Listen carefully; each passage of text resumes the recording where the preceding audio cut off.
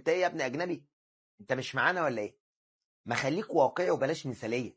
انت متخيل ان عقلك البشري وعقل البشري يقدر فاكر في عربي ماده يعني من ضمن 5 مواد حضرتك بتدرسهم اساسيين هيبقى فاكر هو اخد ايه بالمعلومات الدقيقه في المحاضره الثانيه والثالثه؟ ده طبيعي يا ابني تكون نسيتهم. بس دور المراجعه هنا ان احنا شغالين لما نراجع على جزئيه افتكرها بس خلاص. ده اللي انا عايزه.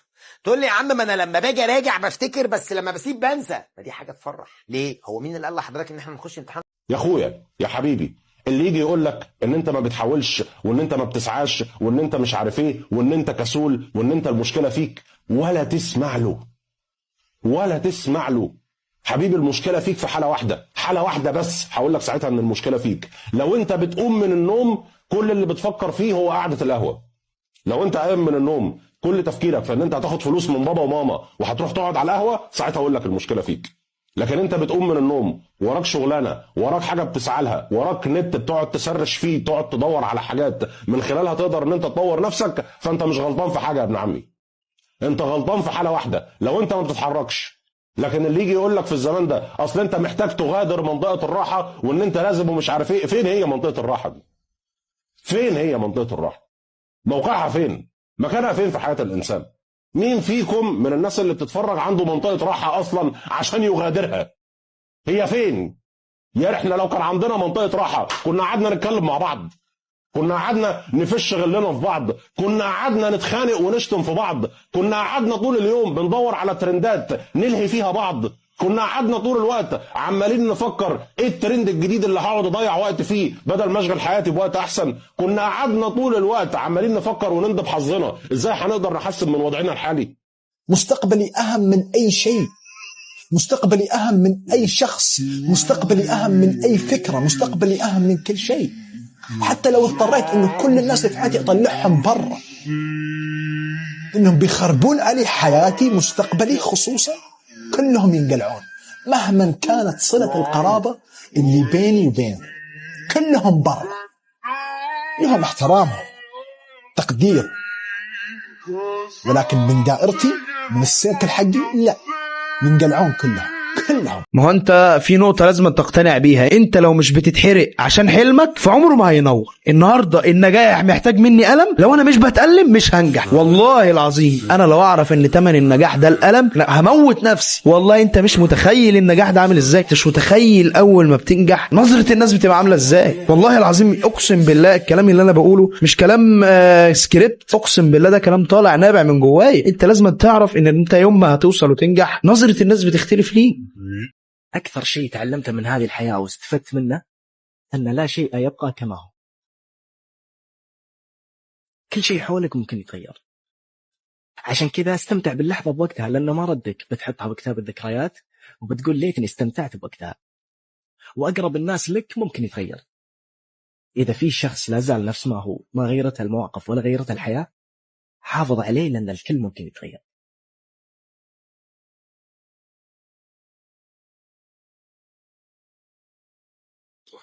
طيب بسم الله، انا عارف ان انت مش عايز تبدأ ومش عايز تعمل اي حاجة لانك انت لسه محتاج ان حد يشجعك ويحفزك ويقول لك ان انا جنبك. طيب انا بقول لك ان شاء الله اشجعك واحفزك واعمل لك كل اللي انت عايزه اهو. بس يلا نبدأ بقى. ما تيجي نحاول نعمل اللي علينا دلوقتي عشان اخر السنة لما نفوق.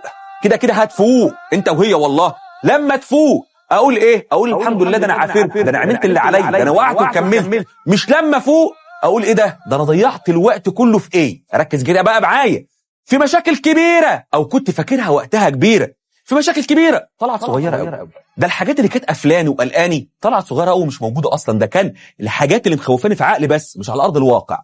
كنت ضيعت وقت كبير قوي وكان في حاجات المفروض اعملها، فاكر ان المفروض اعملها دلوقتي غير مذاكرتي وما طلعلهاش لازمه. ده صاحبتي كبنات يعني او صاحبي عمري دخل الامتحان وكان بيقول لي ما بحلتش كويس وكل يوم كان بيخبي عليا عشان حسد وجاب مجموعه اكبر مني. بيحصل زي السنين اللي فاتت ما حصل. ده صاحبتي شقي او صاحبي شقي بقى دلوقتي اصلا في كليه في مكان في مدينه او محافظه وانا في محافظه ثاني خالص، وبقى عنده اصحاب جديده وانا عندي اصحاب جداد. ركز كده معايا، وفين وفين على ما نتكلم. واصلا حبيبي اللي كان معاه طول السنه واللي ضيعت وقت عليه لما تفوق كده كده هتفوق. لما تفوق هتقول اصلا ده يعني حصل بينا مشاكل وما كناش الطف حاجه. انا ليه بعد لك امثله؟ لان دي اغلب امثله مشاكل الثانويه العامه. ما هو بجد بعيد عن هزار، بس يعني انت مطالب منك انت وهي تغيروا الكون الصبح، لا انت المطالب ايه؟ تغير حياتك، تاخد بالاسباب. ملخص القصه، فمشاكلك عباره عن ايه؟ مش بتفه منها، بس عباره عن ايه حضرتك؟ متشتت شويه، متشتته شويه، صحابك او صحابك واخدينك شويه بعيد عن المذاكره وبتضيع وقت كتير. السوشيال ميديا سرقاك، نفسك بتلومك على الحاجات اللي فاتت ضيعت فيها وقتك، او ركمت شويه، او حاسس ان الدنيا ما تتلمش. هم دول مشاكلك. او الاهل شويه بيكسروا مقاديف، بعاملين وحش، مش عارف اذاكر في البيت، ماشي، دول مشاكلك في الثانويه العامه. حد يجيب لي مشاكل كبيره حقيقيه في الثانويه العامه؟ مفيش. بجد بعيد عن الهزار مفيش. يا جو انت مش حاسس بينا؟ حاسس والله، وبشوف السنين اللي فاتت وانا نفسي فاكر ذكرياتي من الثانويه العامه. طب امتى تتاكد من كلامي؟ لما تفوق. بس يا ريت تفوق بدري، مش اخر السنه. هتفهم ان كل حاجه كبيره انت كبرتها وانت كبرتيها كانت في الاصل صغيره. كل حاجه فاتت وكل حاجه عدت. هتجيب الكرسي والورقة والقلم بتوعك وتيجي عشان نكتب الرسالة بتاعت النهاردة. انت مشروع نفسك، اشتغل على اسمك وحلمك وبس، وخليك عارف انه محدش بيتحكم في حياتك غير ربنا. اكتب الجملة دي واحفظها حلو وعلقها عندك، وثق في نفسك وثق في ربنا، لانه محدش يعرف يعمل لك حاجة غير ربنا. هيحصل لك ايه لو جربت تذاكر 6 ساعات في اليوم بتركيز لمدة 30 يوم؟ صلوا على النبي. لو حسبنا عدد الساعات اللي هتذاكرها هيبقى 180 ساعة. بس الشرط هنا ان انت تذاكر بتركيز بدون اي مشتتات. ساعتها بس هتعوض كل اللي فاتك وكل المتراكم، وكمان هتراجع وهتقدر تحل كتير جدا. تخيل بقى عملت كده اخر 4 شهور للثانوية العامة، يعني 720 ساعة. المدة دي كفيلة تخليك تجيب 100% بسهولة. انا بقول لك الكلام ده ليه؟ عشان لسه عندك امل كبير جدا. ابعت الفيديو لاي طالب تعرفه. انت عارف وواثق انت بتعمل ايه، انت ماشي في طريقك، بتجتهد، بتاخد بالاسباب، ما بتأذيش حد، مراعي ربنا في شغلك، بتاخد خطوات ثابته، وعارف ان انت ماشي خطوات ثابته. اللي يتكلم يتكلم، واللي يقول يقول، واللي يعيد يعيد. الناس ما بتبطلش كلام. ما تبصش على كلام الناس عشان ده هيوقعك. حتى كلام الايجابي على فكره بيبقى فيه منه نفاق كتير ورياء كتير. تعود ولا تسمع ايجابي قوي تتنفخ وتتغر ومش عارف ايه، ولا تسمع سلبي قوي. انت باصص في ورقتك ومكمل في طريقك، مالكش دعوه بحد. هل انا اقيم نفسي من كلام الناس؟ يعني هو في واحد مش عارف ايه مميزاته وايه عيوبه؟ كل واحد عارف مميزاته كويس قوي، عارف عيوبه كويس. اللي بيغش عارف انه بيغش، اللي بينافق عارف انه بينافق، واللي بيسعى بضمير عارف انه بيسعى بضمير. فانت ما تبقاش خفيف لدرجه ان الناس هي اللي تقيمك. اللي يقول لك حلو يطلعك السما، اللي يقول لك لا ده انت وحش تقعد طول الليل ما تنامش. الناس مع احترامي، بس الناس ولا بتضيف ولا بتقلل من اللي انت بتعمله.